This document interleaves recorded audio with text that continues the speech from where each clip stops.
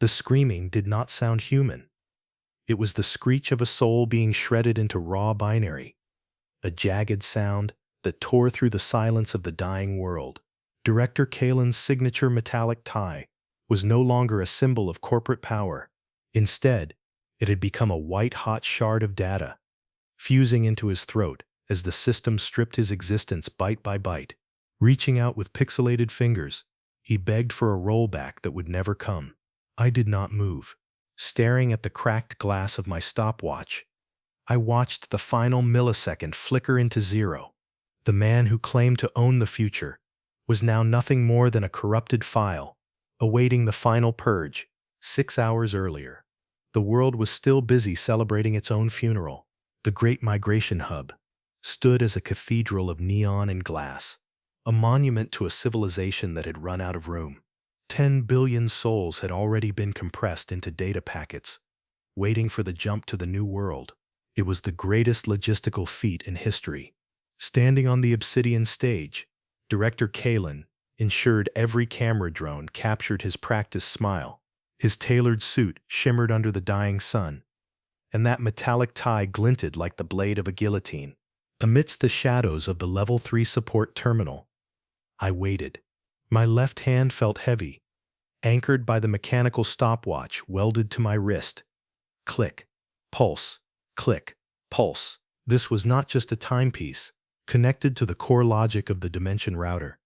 It served as the physical heartbeat of the migration. If my heart stopped, the data flow would stutter. If the data flow stuttered, reality would fracture, spotting me from across the stage. Kalen adjusted his sharp collar. He loved an audience, but he loved a victim even more. Look at this. Kalen's voice boomed, amplified by 1,000 speakers, pointing a gloved finger at my station.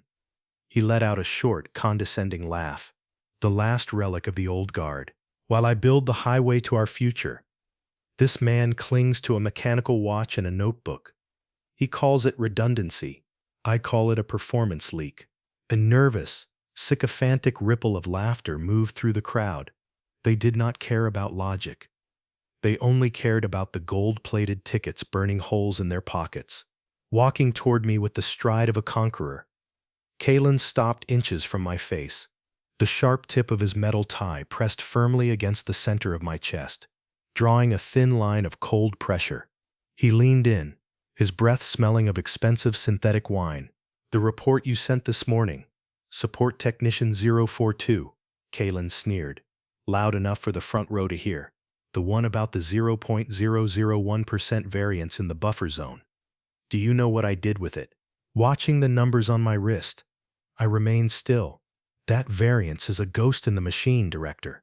If you ignore the ghost, the machine becomes a graveyard." Chuckling, Kalen reached down and grabbed my wrist, twisting it to inspect the stopwatch like it was a cockroach. "Efficiency is the only god in the new world," Kalen hissed. "Your safety checks are slowing down the transfer by 48 hours. My KPI does not allow for 48 hours of waste. My board of directors demands a miracle, not a maintenance report." Before I could respond, Kalen yanked a pair of industrial shears from his belt. With a single violent motion, he ignored the watch and went for the glowing blue cable, connecting my terminal to the core of the router. This was the redundancy lock.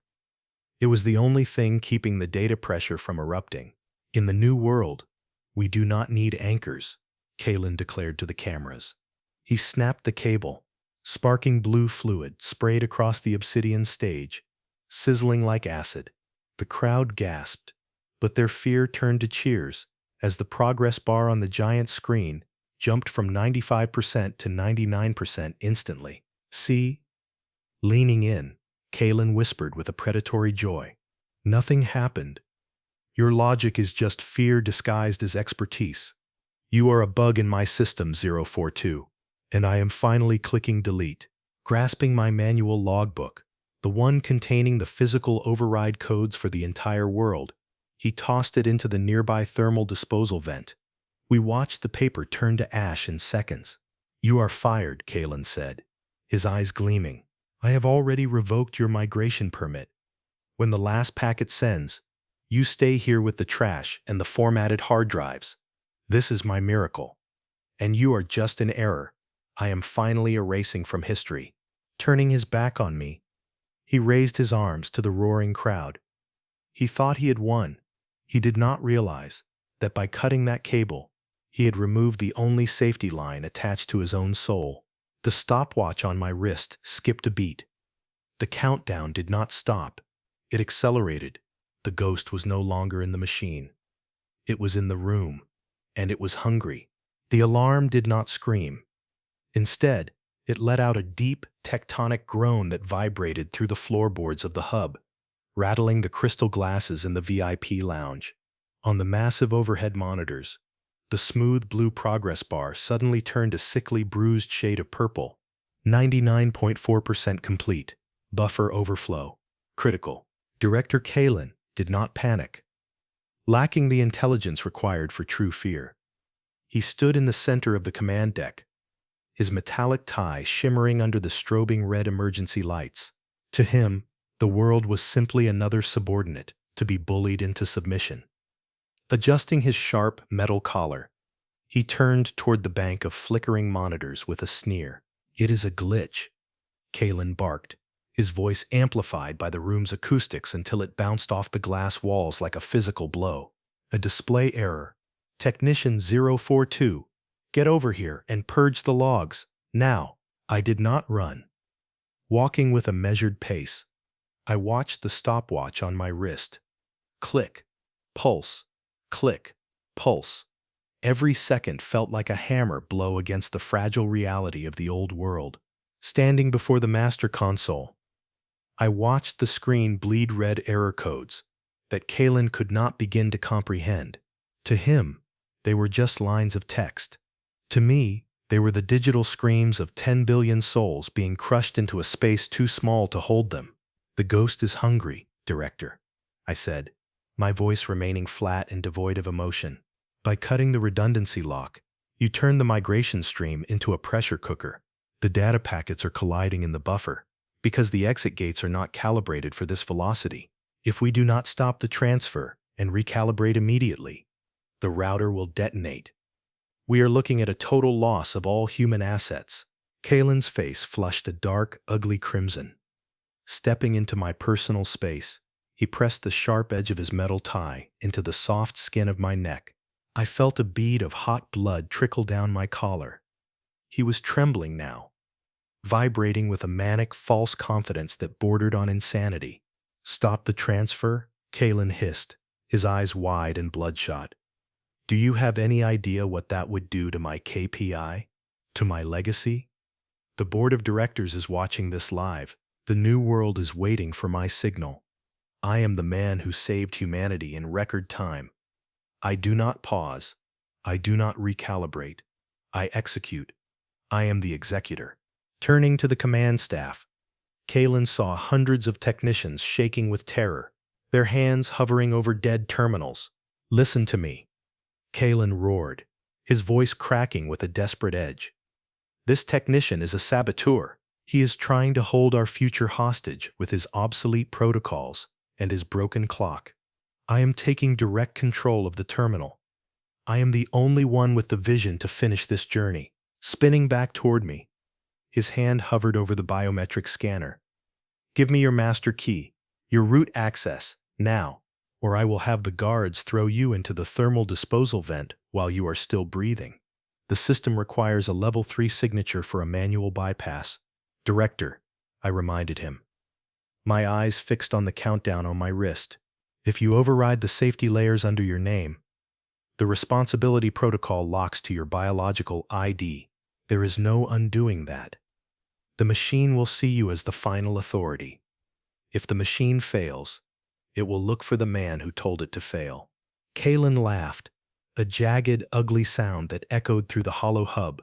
He thought he was seizing power. He thought he was taking the throne he deserved. Responsibility? I own the company that built the system. I am the responsibility. I am the law. Grasping my left hand with a violent jerk, he slammed it onto the scanner.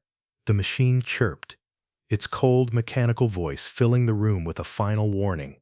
"Warning. Level 3 permissions detected. Do you wish to grant temporary override to Project Director Kalen? All safety protocols will be suspended. All liability will be transferred to the operating biological signature. Say yes, Kalen commanded, pressing the metal tie harder against my throat until I could feel the pulse of my own jugular against the blade. Yes, I whispered. The screen flashed a blinding white. Admin privileges transferred. Operator, Kalen, J. Status, Sovereign Executor, pushing me aside with a violent shove. Kalen scrambled to the console. He began to type with a frantic, clumsy speed, deleting the warning logs I had spent 20 years carefully constructing. He was turning off the smoke detectors while the house burned down around him. He thought he was clearing the path. In reality, he was erasing his only exit. Look at this. Kalen shouted to the room, activating the global broadcast. Every screen in the hub and every receiver in the new world showed his face. He looked sweaty, triumphant, and utterly unhinged. I am Director Kalen. I have personally resolved a minor technical hiccup caused by stagnant bureaucracy. I am now initiating the ultimate acceleration protocol. We will be finished in 5 minutes. History will remember my name, but the global broadcast was no longer just showing his face, because the system was in a state of terminal entropy. The public feedback loop had been forced open. Across the bottom of the screen, a flood of live comments from the new world began to scroll in a frantic, mocking blur. Look at his hands shaking. One comment read, "This is the man in charge of our souls?" Another popped up, highlighted in a warning red. The logic does not hold. He just deleted the safety buffer. He is a butcher, not a director. Kalen saw the comments. His eyes bugged out of his head. A thin, pathetic line of snot began to trail from his nose. As the pressure in the room spiked, his voice synthesizer, damaged by the rising static of the collapsing dimensions, began to glitch into a metallic whine. I am the director," he stammered, his voice sounding like a grinding saw hitting a nail. He hit the enter key. Instead of bypassing the buffer, he deleted the buffer entirely. The sound started then. It was the sound of 1,000 industrial paper shredders working in unison. From the vents in the ceiling, the compliance drones began to descend sleek, black spheres with rotating blades, humming with the sound of a dead civilization's final judgment. Kalen's legs gave out. He collapsed into the red ink flooding the floor, his expensive suit soaking up the liquid mark of a red-letter execution. Looking at the camera, his face became a mask of primal, ugly terror. He was no longer the efficiency god. He was a cornered animal, gasping for air as the drones circled him, their scanners glowing a deep ink-like red. "The system does not care about your legacy, Kalen," I said, stepping back into the dark corner of the room. "It only cares about the math. And right now, your soul is the only thing left in the ledger to pay for the data loss you just caused." The drones did not just hover. They vibrated. Their black shells split open to reveal high-frequency resonance blades that hummed with a pitch so high it shattered the remaining crystal glasses in the VIP lounge. They sang a song of absolute erasure, scrambling backward on all fours. Director Kalen felt his expensive leather boots slip on the crimson ink flooding the floor. He looked at the cameras, which were still broadcasting his collapsing face to 2 worlds. "I did not do this," Kalen screamed, pointing a shaking, ink-stained finger at me. "The technician sabotaged the terminal. Guard. Arrest him. Execute him. He is the reason the system is failing. He is a terrorist trying to destroy our future." Stepping forward with the hiss of hydraulic pressure, the lead security officer loomed over the scene. He looked at me, then at the glowing console. His eyes scanned the logs that were now flashing across every screen in the hub. The very logs Kalen thought he had deleted. These were the digital receipts signed with Kalen's own biological signature. Because Kalen was a manager, he was not a ghost. He did not understand that in a world made of data, a signature is not just a name, it is a physical bond to the outcome. "Sir," the officer said, his voice crackling through his helmet with a cold metallic finality, "the system log says you signed the manual bypass. It says you personally deleted the recovery buffers and ignored the critical heat warnings. My heads-up display is tagging you as a high-entropy risk. You are the threat to this migration. I am your director, Kalen shrieked, his voice hitting a pathetic, glass-shattering note. A bubble of snot burst on his upper lip, yet he lacked the dignity to wipe it away.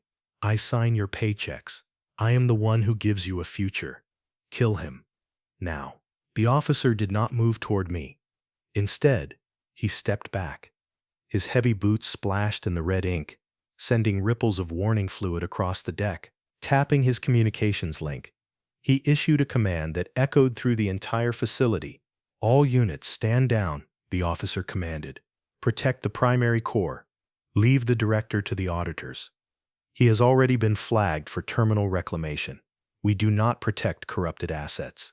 The betrayal was silent, but it was total. One by one, the technicians who had spent months under Kalen's metallic thumb stepped away from their stations. They did not look at him with anger. They did not look at him with hate. They looked at him with the cold indifference of people watching a broken machine being hauled to the scrap heap. They saw a man who had sold their safety for a KPI, and now the bill was due. Stepping out of the shadows, I held up my left wrist. The stopwatch was no longer just ticking. It was glowing with a blinding, ethereal white light that pushed back the red emergency strobes of the command deck. You called me a relic, Kalen, I said, my voice cutting through the mechanical hum of the drones like a razor. You thought this watch was an anchor dragging you down. You thought my redundancy was a leak that was slowing your ascent. Grasping the dial on the side of the stopwatch, I gave it a single, sharp twist. I felt the vibration in my marrow. This is not a watch, I whispered. It is a heart. It is the only part of the old world that was never translated into code. It is the physical anchor for the entire dimension router. It is the heartbeat of the system you tried to break for a promotion. On the main monitor, the progress bar stopped at 99.9%. The purple hue began to swirl with a violent, chaotic white. The buffer was screaming. The 0.001% variance you ignored? I continued, walking toward him as he cowered. Kalen fell over a pile of server cables, his metallic tie tangling around his own throat and choking him. That was not a glitch. It was the souls of the people you tried to process too fast. They were trapped in the buffer, screaming for a correction while you turned off the alarms to meet a deadline. You thought you could erase a soul with a keystroke. Across the broadcast screen, the public feedback loop reached a fever pitch. Millions were watching him crawl. User 972. Look at the size of that file. 78 terabytes of pure ego. Can we just delete the trash already? Admin Watcher Prime. He wanted to be the foundation of the new world. Congratulations, Kalen. You are now the floorboards. Enjoy the boot prints. Echo 0. Does the recovery_patch include a fix for the director's crying, asking for a friend?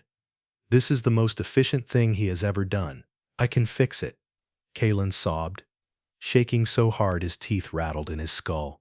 Give me the watch. I will buy it from you. I will give you a continent in the new world. I will make you a king. Just tell the drones I am still the director. You have nothing left to give, I said, looking down at the man, who was now just a small shape in a large ruined suit. The system is rational, Kalen.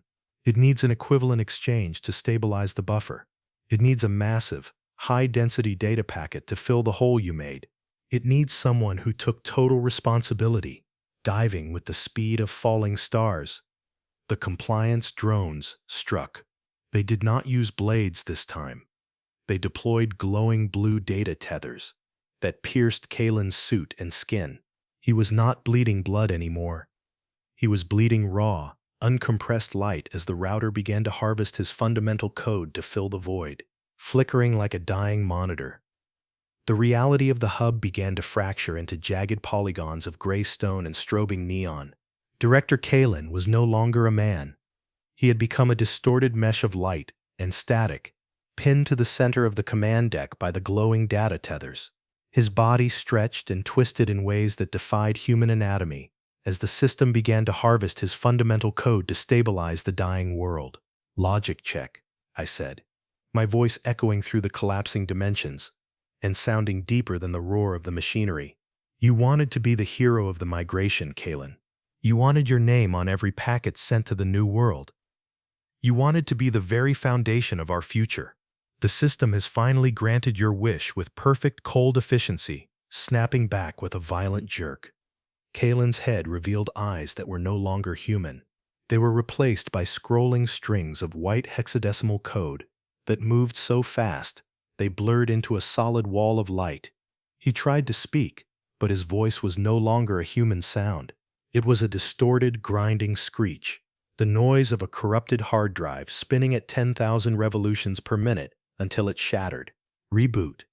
He choked out through the static of his own dissolving throat. Admin. Override. I am the director. The director position has been vacated.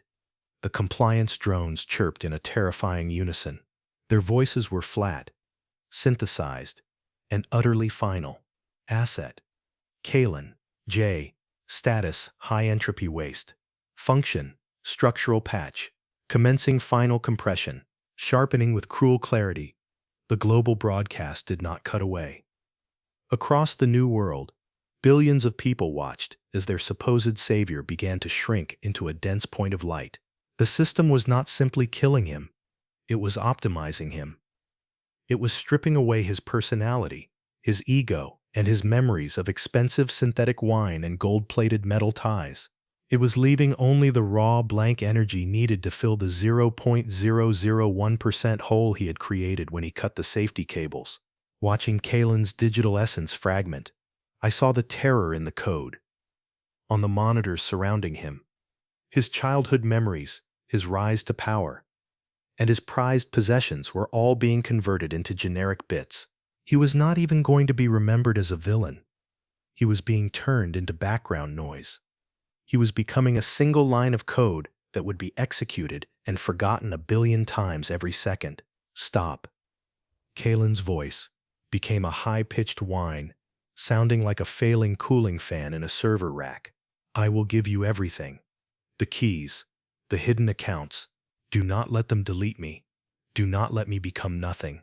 Reaching out a hand that was already turning into a cloud of black pixels, he drifted toward the void. He looked at me with a primal, begging terror, leaking a mixture of black industrial oil and salt tears from his eyes and mouth. He wanted mercy. He wanted a human connection. He wanted anything other than the cold logic he had championed his entire life. Staring at my stopwatch, I saw the final millisecond arrive. You are not being deleted, Kalen, I said, my voice cold as the vacuum of space. You are being used, just like you used every technician in this room. Just like you used the souls of 10 billion people to inflate your KPI. You are finally, perfectly efficient. You are exactly what you always wanted to be. A tool for progress. The system announced that compression was complete. The screaming stopped. There was no explosion and no dramatic burst of light.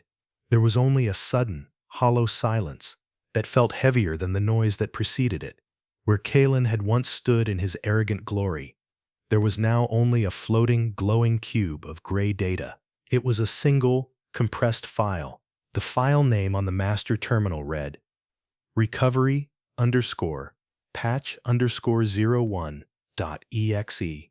The size was recorded as 78.4 terabytes of raw human soul. The status was marked as installed, jumping that final impossible millimeter. The progress bar on the main monitor reached its destination. 100% complete. Migration successful. Groaning one last time, the hub began to dissolve. The floor beneath my boots turned into a bridge of pure white light. The transport gate pulsed with a rhythmic energy, serving as a gateway to a world of endless resources and perfect logic. Through the gateway, the security officer and the remaining technicians were already safe. They stood on the other side, looking back at the dying ruins of the old universe, with wide, terrified eyes. They were free, and they were waiting for me. I did not move toward them immediately. Walking to the edge of the command deck, I watched the glowing cube that used to be Kalen. It was being sucked into the router core. destined to spend eternity being processed, rewritten, and looped. He was now a sentient piece of code, serving as the mortar between the bricks of a paradise he was not invited to enter. Reaching down with a steady hand, I picked up a single jagged shard of Kalen's metallic tie. It had fallen to the floor when the drones began the compression, a cold and worthless scrap of metal that no longer symbolized iron-fisted management. It was merely trash in a dying dimension. With a flick of my wrist, I tossed it into the swirling gray void behind me, watching it vanish into the static. "Technician 042, the security officer yelled from the glowing gateway, his voice nearly drowned out by the roar of collapsing space. "The bridge is dissolving. The reality floor has hit a terminal exception. Move now or stay in the dark forever." Glancing at the stopwatch on my wrist, I saw that the digital display was finally blank. The mechanical ticking had stopped because the heartbeat of the old world had flatlined, leaving only the slow and steady pulse in my own neck. No longer synced to a machine, I was finally a man instead of a component. Stepping onto the white bridge of light, I felt the vibrations of the hub imploding behind me. The entire old world was being deleted, line by line, from the fabric of existence. First the stars went out, then the atmosphere turned into gray static, and finally the very concept of distance and time vanished into an absolute silence that swallowed every scream. Deep within the router core, the file named recovery_patch_01.exe flickered for a fraction of a millisecond. A fragment of Kalen's consciousness realized the horror of his new existence. He was the foundation. He was the soil. He was the invisible code that allowed others to walk in paradise, while he remained trapped in a loop of self-repairing logic, a beggar in a void of his own making. He had become a logic error that was finally and perfectly corrected. Emerging on the other side of the bridge, I stepped onto the lush, synthetic grass of the new world. The air here was clean and still. Thousands of people were cheering, crying with joy as they celebrated the miracle of their survival. They were already looking for a new leader to tell them what to do, searching for a new god to follow in this digital Eden. Ignoring the roaring crowd and the ambassadors who were already arguing over land rights, I sat on a stone bench near the edge of the arrival zone. I reached for the weld points on my left wrist. With a sharp, sudden pull, I tore the mechanical stopwatch away from my skin. It left a raw scar and drew a little blood, but the weight was finally gone. Dropping the scorched, broken watch into the tall grass, I realized I did not need to know the time anymore. In this world, the sun did not set unless the system dictated it. "Hey, you!" a young woman in a high-ranking uniform shouted, marching toward me with a digital clipboard in her hand. "We need a level 3 technician for the primary grid setup. The director is missing, and everything is a mess. What is your ID? What is your status?" Looking at her, I saw the vast, empty horizon of a world waiting to be exploited by people just like Kalen. "I am retired," I said, my voice quiet but carrying through the noise of the celebration. "Retired? We are in the middle of a civilization reboot," she snapped, her face turning red. "You cannot just sit there. The system needs you. We have a 99.9% stability rating, but we need that last 0.1% cleared. It is a matter of efficiency." Standing up, I did not look at her clipboard or the screens displaying the new KPI targets for the quarter. "Efficiency is what killed the old world," I said, turning my back on her and the city they were already building. I walked toward the mountains on the distant horizon. I headed toward the places where the code was still wild and unmapped, where no director could reach. Behind me, the gateway to the old world gave one final, high-pitched whine. It was the sound of the firewall slamming shut, the sound of Kalen's last digital breath being compressed into a single, forgotten bit of data. Then there was only the wind. I did not look back. I did not care. The patch was installed. The error was gone. And for the first time in my life, I was finally off the clock. Kalen wanted to be the foundation of the new world so badly that the system literally turned him into the floorboards. Watching a smug director get compressed into a 78 terabyte bug fix is the most satisfying digital audit I've ever witnessed. If you were in the technician's shoes, would you have left a backdoor in Kellen's code to let him scream? Or is being an eternal, silent system patch a cruel enough sentence? Between us, I almost had the hero delete the file entirely, but leaving Kalen as the invisible mortar felt much colder.